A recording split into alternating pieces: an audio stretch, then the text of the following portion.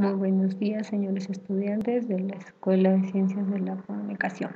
Vamos a continuar con la sesión número 3 de nuestra primera unidad, que es descripción de datos.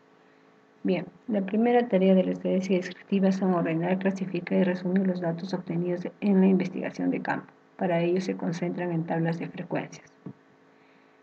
Ordenado los datos, en este caso, su representación en diagramas y gráficas de diferentes tipos. Además, permite señalar dónde los valores tienden a concentrarse e indica los valores menores y mayores.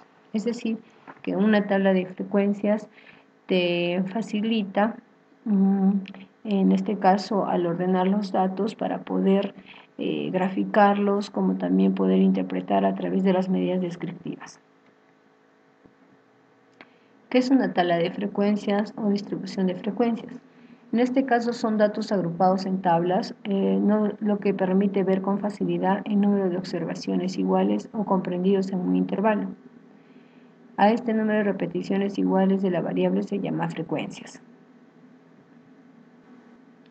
En este caso tenemos la frecuencia simple o absoluta, que viene a ser una observación o es la observación de una característica particular de una población o muestra dada y se denota con F minúscula su I. Por ejemplo, hay 3 clases de carros, entonces habrá 3 frecuencias. Otros valores relacionados con la frecuencia son la frecuencia acumulada, que está representada por F mayúscula, y la frecuencia relativa, que está en este caso denotada por H minúscula su I. Vamos a utilizar el puntero láser, ya está. En este caso, H minúscula su I es un cociente de la frecuencia simple sobre el tamaño de la muestra, ¿ya? Y la frecuencia relativa, en este caso, también es un cociente que no lo hemos puesto acá, que sería H mayúscula su I es igual al cociente de la frecuencia acumulada entre el tamaño de la muestra. Todos estos procesos que estamos viendo acá, estas formulitas, las vamos a utilizar al completar una tabla de frecuencias. También es importante que sepan, jóvenes, de que las frecuencias relativas y relativas acumuladas, al momento de hacer las interpretaciones, se expresa en porcentajes. Y además, la suma de todas las frecuencias relativas debe darte la unidad. Muy bien, ahora vamos a pasar a un ejemplo. Cuando el tamaño de la muestra es menor que 30. Cuando el tamaño de la muestra es menor que 30 es una muestra pequeña, es decir, estamos hablando de datos no agrupados. En este ejemplo hablamos sobre las alturas de las plantas en una clase botánica. Y aquí tenemos, en este caso, las alturas de las plantas dadas en centímetros, que son en este caso 20 plantas. ¿Ya? Y tenemos el siguiente cuadro o tabla de frecuencias o distribución de frecuencias para datos no agrupados. ¿Por qué se llama datos no agrupados? Porque no están agrupados en intervalos, están solos, o sea, están independientes. Entonces aquí, por ejemplo, para poder tener estos valores se ordena de menor a mayor, forma creciente, donde el menor valor viene a ser la altura mínima, que lo podemos observar aquí en la muestra, y el mayor valor viene a ser la altura máxima, que viene a ser acá. Entonces, de acuerdo a cómo están dados los valores en mi muestra, yo los voy a ordenar, pero no se puede repetir un mismo valor, por lo cual, cuando se repite a esta repetición se le llama conteo, que viene a ser las frecuencias simples. Si en este caso tenemos que solo hay una altura de 60, entonces significa que mi frecuencia simple es 1. Si tenemos aquí en este caso 2, significa que hay dos valores de 66 o hay dos plantas que tienen esta misma altura de 66 y ese 2 representa la frecuencia simple.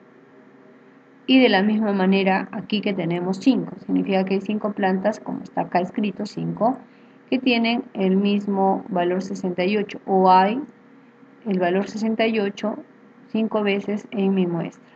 Bien, entonces el conteo te da la referencia a lo que corresponde la frecuencia simple o frecuencia absoluta. Al sumar todas las frecuencias simples te debe dar el tamaño de la muestra, que es 20.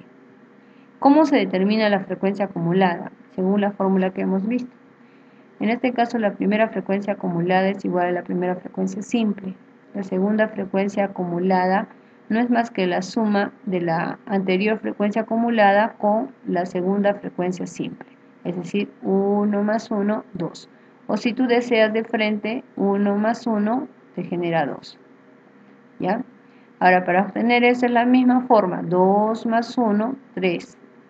Y así sucesivamente, de manera que la última frecuencia acumulada debe ser el tamaño de la muestra. La frecuencia relativa. La frecuencia relativa en este caso ya sabes que es un cociente de la frecuencia simple o absoluta con respecto al tamaño de la muestra. Si yo divido 1 entre 20, te va a dar 0.05. Y así sucesivamente cada uno de ellos se divide entre el tamaño de la muestra y te da estos valores que están en decimales, cuya suma debe ser igual a la unidad. La frecuencia relativa es lo mismo que se ha hecho para la frecuencia acumulada. La primera frecuencia relativa es igual a la primera frecuencia relativa acumulada, es igual a la primera frecuencia relativa, ¿no? 0.05 es igual a 0.05. ¿Cómo se obtiene el 0.10? Sumando 0.05 más 0.05. Y así sucesivamente, de manera que la última frecuencia relativa acumulada es 1. Sabemos nosotros que para interpretar esto se debe expresar en porcentajes. Muy bien. Pasamos en este caso a las siguientes preguntas teniendo en cuenta este cuadro. ¿Cuál es la variable de estudio y qué tipo es? La variable de estudio es la altura de las plantas en una clase botánica en centímetros. Y el tipo es cuantitativa, porque es numérica. ¿Es una población o muestra? Es una muestra. ¿Cuál es el tamaño de la muestra? Como ya sabemos, el tamaño es de 20. Bien, ¿qué representa las frecuencias simples o absolutas? Las frecuencias simples o absolutas, según el problema dado, representa la cantidad o número de plantas. Ahora, ¿cómo se interpretaría la frecuencia simple 10? Obviamente, viendo la tabla, dos plantas presentan alturas o miden 71 centímetros. Pasamos en este caso cuando el tamaño de la muestra es mayor que 30 o mayor o igual a 30 o mayor a 29. Para esto debes recordar cómo se halla el número de intervalos a través de la regla de Stuger, que es 1 más 3.3 por el logaritmo de n, que es lo que vamos a realizar para armar la tabla de frecuencias para este problema. El rango lo vamos a utilizar para hallar la amplitud o ancho de intervalo, que viene a ser valor máximo menos valor mínimo sobre K, ¿no? La marca de clase que se va a simbolizar o representar por M sub I va a ser la semisuma del límite inferior y el límite superior. Semisuma significa la suma de estos dos entre 2, ¿correcto? Bien, quiero que observes en el problema número 2 cuál es la variable de estudio. La variable de estudio viene a ser los coeficientes de inteligencia de estudiantes universitarios. ¿Cuál es el tamaño de la muestra para este problema? Es 40, como está acá. Identifiquemos aquí cuál es el coeficiente de inteligencia mínimo o más pequeño, en este caso es 90. El coeficiente de inteligencia máximo, 140. No hay mayor a 140, ¿cierto? Muy bien, ahora sí, teniendo en cuenta esto, vamos a proceder a hacer el armado de la tabla.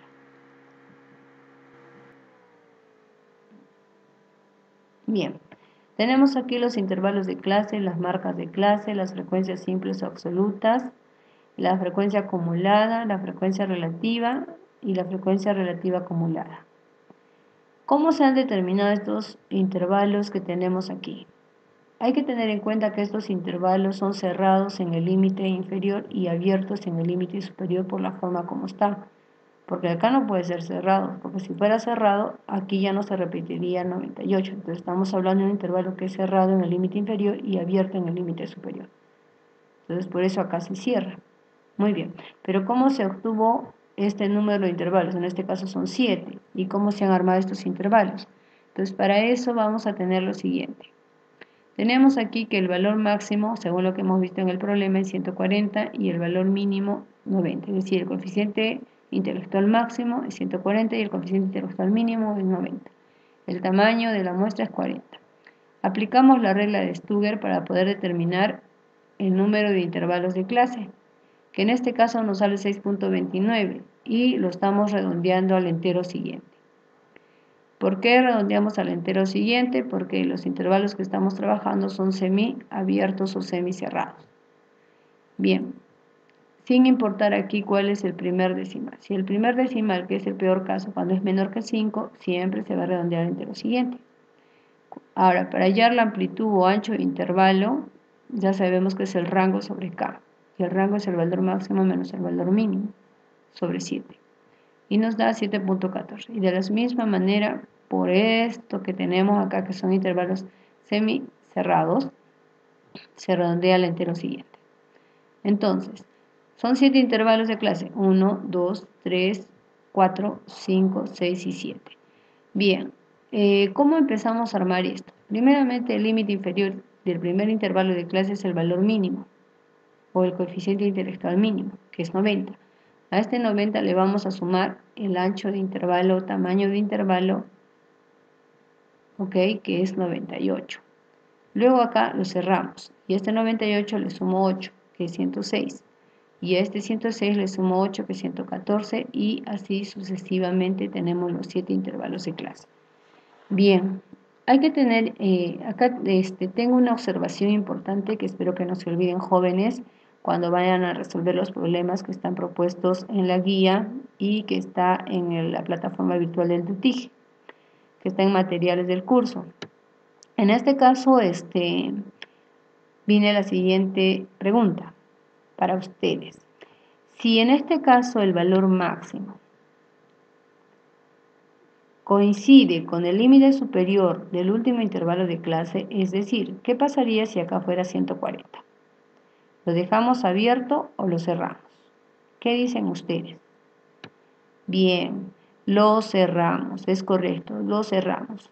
Claro que sí. Si el valor máximo coincide con el límite superior del último intervalo de clase, aquí se cierra, ¿ok?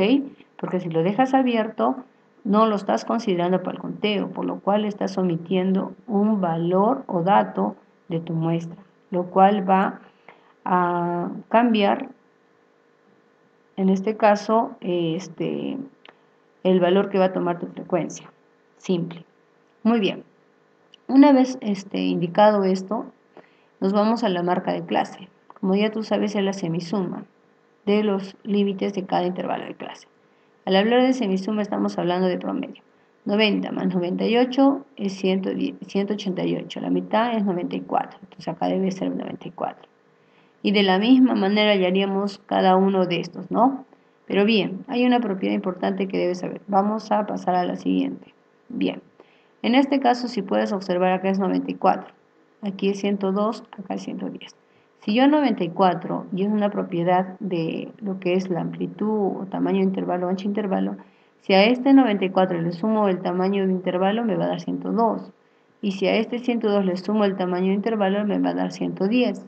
Si a este 94 le sumo 3 veces el tamaño de intervalo, te va a dar 118, etcétera, etcétera, hasta 142. ¿Ok? Bien. Pasamos a, en este caso, ¿cómo se halló las frecuencias simples o absolutas? Es parecido a lo que hemos hecho en la primera tabla, o en el primer cuadro. En este caso, 6 se obtuvo de saber cuántos coeficientes se encuentran en el intervalo desde 90 hasta 97. Obviamente 98, 90, por eso no lo contamos. Entonces, dentro de este intervalo se tiene 6 coeficientes de inteligencia que se encuentran dentro de estos.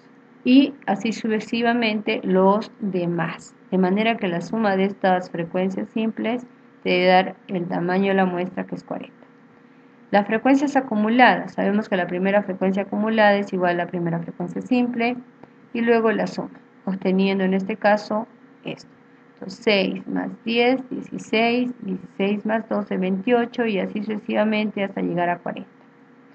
La frecuencia relativa ya tú sabes que se obtiene dividiendo la frecuencia absoluta sobre el tamaño de la muestra. Entonces, dividiendo 6 entre 40 te da 0.15. Dividiendo 10 entre 40 ya sabes que es un cuarto, que es 0.25. y así sucesivamente, sabiendo que la suma de todas las frecuencias relativas es la unidad. Ahora, el procedimiento para hallar la frecuencia relativa acumulada es el mismo cuando se utiliza o se halla las frecuencias acumuladas, como tenemos ahí, ¿correcto? Bien, entonces ahí tenemos algo importante. Quiero recalcar aquí, aprovechando que estamos en el cuadro, que según el problema dado, los intervalos de clase representan los coeficientes de inteligencia, ¿cierto? Sí, muy bien. Y las frecuencias simples o absolutas representan la cantidad de estudiantes universitarios o el número de estudiantes universitarios, como también las marcas de clase que representan. En este caso, esta marca de clase representa el coeficiente de inteligencia promedio para este intervalo de clase. De la misma manera, 102 representa un coeficiente intelectual promedio con respecto a este intervalo de clase. ¿Ok? Bien, pasamos a las siguientes preguntas para este cuadro. ¿Cuál es la variable de estudio y qué tipo es? Ya lo hemos visto, la variable de estudio viene a ser los coeficientes de inteligencia de estudiantes universitarios. El tipo de variable es cuantitativa. Es una muestra o población, es una muestra. El tamaño es 40. ¿Qué representa los intervalos de clase? Ya lo dije. Y las frecuencias absolutas también ya lo dije. En este caso, las frecuencias absolutas representan la cantidad de estudiantes universitarios y los intervalos de clase, los coeficientes de inteligencia, que se abrevia como C.I. ¿Qué representa las frecuencias? En este caso, simple 4, acumulada 6 y relativa 3. Ya lo tenemos acá. En este caso, la frecuencia simple 4 es 4 estudiantes universitarios, presenta un coeficiente de inteligencia de 114-121. La frecuencia acumulada 6, 39 estudiantes universitarios, presentan coeficiente de inteligencia de 90-137. La frecuencia relativa 3 representa el 30% de los estudiantes universitarios, presentan coeficientes de inteligencia de 106-113. Muy bien, jóvenes. Entonces, muchas gracias por su atención. Espero que hayan entendido cómo se construye una tabla de distribución de frecuencias o una tabla de frecuencias. En esta atención, por favor, no se olviden de poder resolver los problemas que son solamente 4, que están dados después de este link del video y que está dado como tarea para que lo puedan subir en la plataforma virtual del DUTIG. Muchas gracias, hasta luego. Ya estamos comunicándonos con su delegada.